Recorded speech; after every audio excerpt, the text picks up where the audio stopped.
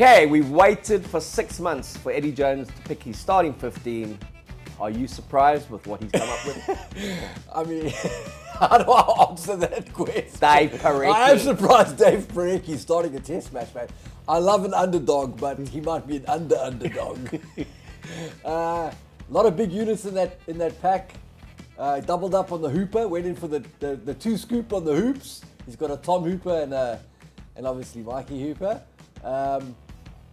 You've got two captains as well, Slipper and Hooper. Do they now lead the team out together? I don't know. Do they hold hands and run out in with front? the mascot holding the Wallaby? It's very confusing, mate. Okay, but let's go back to the hooker, your favourite. His name again? Dave Porecki, mate. Did you know that Dave Porecki was also the starting hooker for Dave Rennie's test against the informed France in Paris last year, when Australia led 29-23 with 4 minutes to go, and shocking defence allowed Pinot to score, and they lost 30-29 in Paris, where the World Cup final will be played. How many of that starting 15 do you know is in this starting 15? Oh, no, you're going to have to give me that. Eight. 5 in the pack and 3 in the backs, and among the backs, there's several not available because of injury.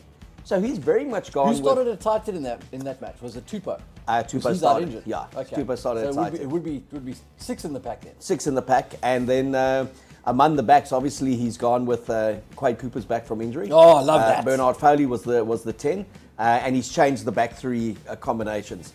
Your mate Tom Wright's made it again. I mean, between Porecki and Tom Wright, we're looking at the Randwick 15 there, mate. I don't know. But if you think Eddie Jones comes in, Dave Rennie got pillared for what he did. Yeah. Even though there were some very, very narrow defeats, one of them being that 30-29 against France. Yeah. But if Eddie's effectively picking 6 of the 8 forwards that Dave Rennie picked, he wasn't getting his selections very wrong, was he? No. Well, I mean, Dave Rennie, like I told you, is a world-class coach. So he just didn't get the results. What was Dave not getting right that Eddie can get right? Yeah, I think, look, we know the history of Eddie Jones, mate. Those halftime adjustments he makes and his ability to pick up a little nuances in the game and tweak things in game, I think makes the Wallabies immediately more dangerous. All right, so when I look at this team at first glance, I think most South Africans who haven't followed Super Rugby as well, Super Rugby Pacific, would say they look at Porecki, Frost, who's Tom Hooper. But these guys have played, with the exception of Tom Hooper. They've all been playing. They've been playing Rugby Championship. They've been playing end of the year tour, and that seems to be the nucleus of the squad. And this is a kind of pack that really kind of gave it to us in Australia in the last 2 years. Yeah. So not to be underestimated, they do have big units, and what they have brought in, he started on the bench. That's when he made his comeback to the Wallaby squad. Will Skelton, La Rochelle's in-form big beast of a lock. He's starting alongside Nick Frost. So they've got some big units, back 5 big units. Oh, 100%. Frost is 120 plus kilograms. Hooper's 120 kilograms. Richie Arnold, who's going to make his debut off the bench, was doing good things in France.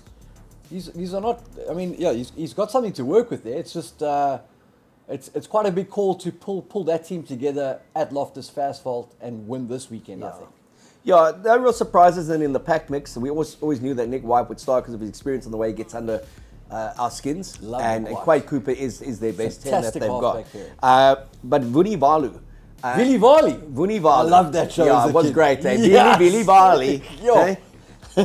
He's 100 kilograms. Okay, but now unit. Eddie Jones has a specific type of win that he likes to pick, and invariably they're big island winners. Yes. If you look when he coached the Wallabies from 2000 to 2003, he had Lottie Takiri and Wendell Saylor. Those were his go-to guys. Yeah. This guy was in Dave Rennie's group, and he only got 3 minutes in all the time. He had injuries, but he carried a lot of tackle bags. Immediately, Eddie Jones identified him as the guy that you want to play against a team like South Africa. And we also obviously know what's on the left wing with Marika. He's proven himself time and again. So where do you see the deficiencies in this Wallaby starting 50? Yeah, I just think, so I'm obviously a huge fan. I believe size does matter on the rugby field, and I like big backs, but the way teams defend now with the back shooting up to catch the ball carrier at the time that the ball arrives, I worry about outside backs that are big like Vili Vali, because you've got to track back and reload on defense to get ready for the next phase. Little backs are suited to that sort of defensive scheme. I see his value in terms of the high ball and a big unit that can look after the wide breakdown, but I want to see what happens on defense with big guys like that. Obviously, it's also a team that doesn't have a lot of continuity. They haven't played together a lot before.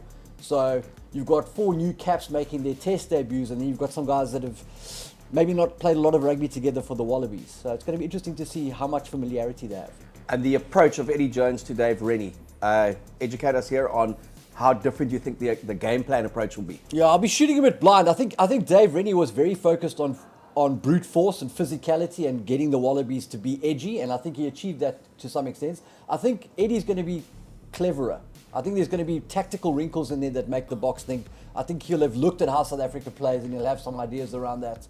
And I think he'll ask questions that maybe we haven't really had to answer for a bit. So I'm very keen to see what happens in the second half when we go from Stevie Kitsoff and Frans Malherbe to Tom de Toy and Vincent Koch, and their bench comes on, who we don't really know from a bar of soap, and how he maneuvers us on that. Because he's obviously up front. You look at that team and you go, he's picked physical guys. He wants to batter us, but I doubt whether that's the way Eddie's going to go. Well, all the talk that's come out of Australia, reading the Sydney Morning Herald and the Australian, the scribes that are over here have said that they're going to play a fast-paced game. They're going to try and run this. The pace of the game is something they believe we're not used to because of the URC and playing in Europe.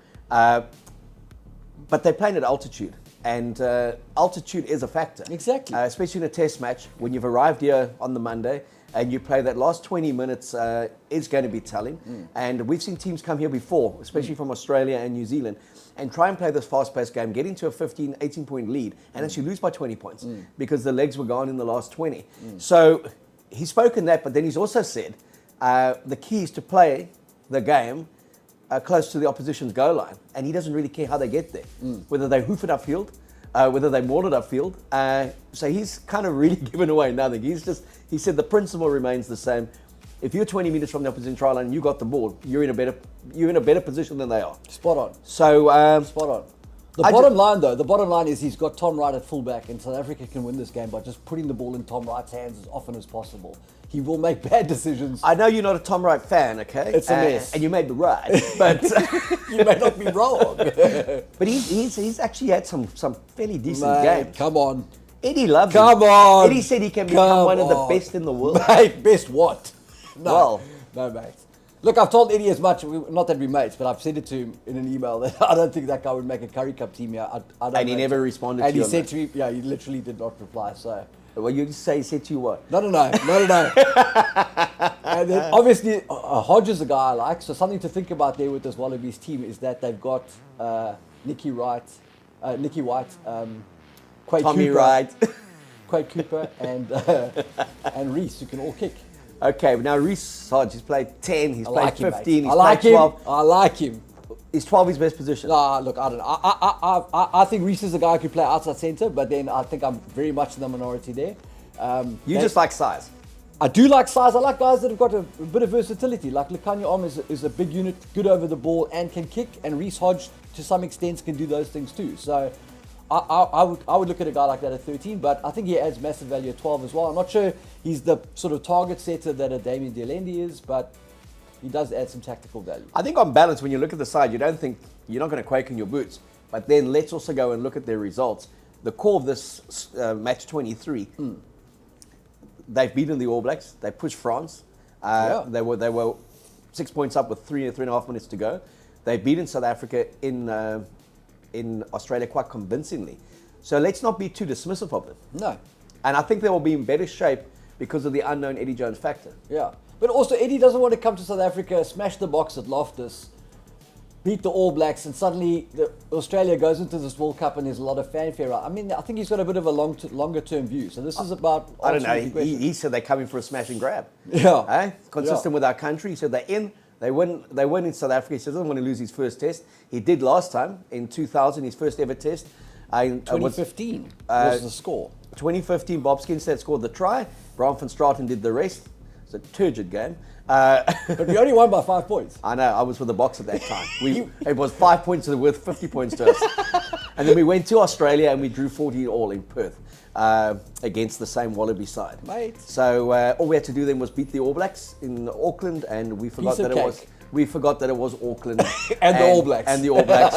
And at that stage, Jeff Wilson had gone on record to say that Ardie Savio shouldn't play. his holiday house, the guy had stopped actually working on it and said, you guys have lost 3 in a row. You're a disgrace. They're kind of down tools. No. So there's an interesting story about that one as well, where in the change room, in the huddle beforehand, Andre Fenter, who didn't really used to speak a lot, he said, like, you got to be like a dog. You got to go out there and you got to mark your territory. You got to piss on Eden Park, and we've got to show them that we're the boss, okay? And then he said, Kobus Fasaki also didn't speak. Said, we got to hit first. They're under so much siege. And we were fired up. Eh? First strike. We're fired up, and we went out there and we were just pumped up, and then they hit the lights at Eden Park. And it was just a blackout for about 2 minutes, and we watched this beautiful montage of what makes New Zealand special as a country. And they ended up with this massive haka, and our guys were shivering in Eden Park's cold. And by the time they walked out, it was like a funeral procession. We kicked off. They kicked into our 22, first line out. Jos was playing his 75th test, and Mark Andrews playing his 75th test. Chris Jack took a pop at Mark Andrews. I think Byron Keller took a pop at Jos. The referee said, calm it down. They won the ball, and Harry Fredune said to me, it's going to be a long 80 minutes. He didn't say quite as politely, and they went on to comfortably beat us 26-15. And thanks to Brahms, 5 penalties, we kind of hung in there. When we look at teams on paper... Where else would you get this history lesson? Anywhere on YouTube? The answer is nowhere. Yeah, so it was one of those games I kind of stood the whole 80 minutes next to Harry and just knew, win the game, we win the Tri-Nations. Again, we'd also underestimated that flying from Perth to Auckland was the equivalent of flying from South Africa to Australia. It was a 7-hour flight with a 6-hour time difference. Oh, so I think by the time we got a training session, it was Thursday. Glorious. But good to have Eddie back in the Rugby Championship. Amazing. And Quaid. It's fantastic. And Quaid, yeah. And I mean, and Quaid Cooper's got a fantastic record against the Springboks. It's the kind of team he gets up for. Yeah. Record against the All Blacks not that good, but yeah, I enjoy him as a player, and I think him and Mani Lebok, their natural attacking flair and style is going to be good for the contest, but the arena, Loftus Versfeld, I've always called it the cathedral of South African rugby, the best playing surface. And the one thing that the Boks, I go back to my time when I was with the Boks, they get treated so well. They get treated like the home team when they are in Pretoria, and that fast playing surface, I think it's going to be a cracker of a test. I think we'll have too much for them because of the altitude, and they'll huff and puff at the end, but I'm confident the Boks will win this one. Yeah, I agree with that. And what else do you agree with? I'm going to say that the Boks are going to win this. I was quite bullish at the start of the week. I was leaning towards 9-10 points, but I think it's going to be a little bit closer. I'm going to say Boks by 6. Boks by 6. And give me a score, mate. Oof, mate. I'm going to say we're looking at the high 20s for Australia, for the Springboks. So let's say 28-22. 28-22. How many tries will they score? And what will they score? Now you're asking me too many. 3-2? And who's going to score 28 points? Is this? I can tell you it won't be boggy.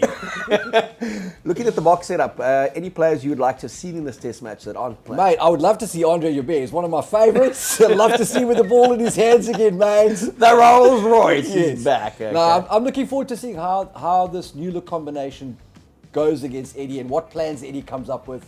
And, the pre-game chats and the post-game chats, I think is going to be lots of fun. And do you think that we're also in an all-win situation? Because if by some miracle Eddie does box a win, we say we've got 14 guys sitting in Auckland. Yeah, absolutely. Absolutely. Like I said, the phony war has begun. Do you agree with the twin system for these in the World Cup year for these first 2 tests? Yeah, look, I think if you're not going out to win the Rugby Championship, then it makes sense to give everyone as much game time as possible and to show as little of your hand as possible. What they're doing does make sense. Would you have kept the squad all together in South Africa in terms of unity and let them all go together?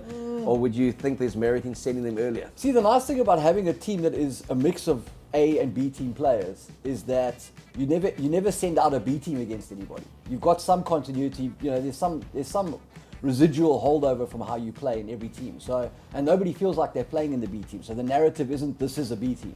So I think there's merit to it. And if you look at the All Blacks, they've taken 32 players to Mendoza. They've got to fly back from Argentina, only get home by Tuesday. Mate, tell us about Mendoza. I mean, great place. Dan van Sail and I had a great time there. In 2000, I think he was vice captain of the midweek Springboks side. We played Argentina A there. Lawrence Parker started that night, and we won just. And then we went out, and Dan can play the guitar and he can sing. It was wonderful. What did he sing, man? I don't know, but we were speaking Spanish when we went. We were fluent. John Cicada. We were fluent, mate. So Mendoza, All Blacks, it's going to be a good test. Who have you got to win there? I think the All Blacks will do it. I don't think it'll be too comfortable, but I think they'll do it. All right, I've got the All Blacks to win in Mendoza. I think it'll be a really good first 50 minutes, but I think the class of the All Black backs will show. And I've got the Boks to win. I've got the Boks to win in Pretoria by a comfortable 12. I'm looking at a 34-22 win. I like how you did the calculation. 12 points. So you both agree, Wallabies 22 points. 22 points, yeah. I think 22 is their number. 22. And we just get 23, win the test. Exactly.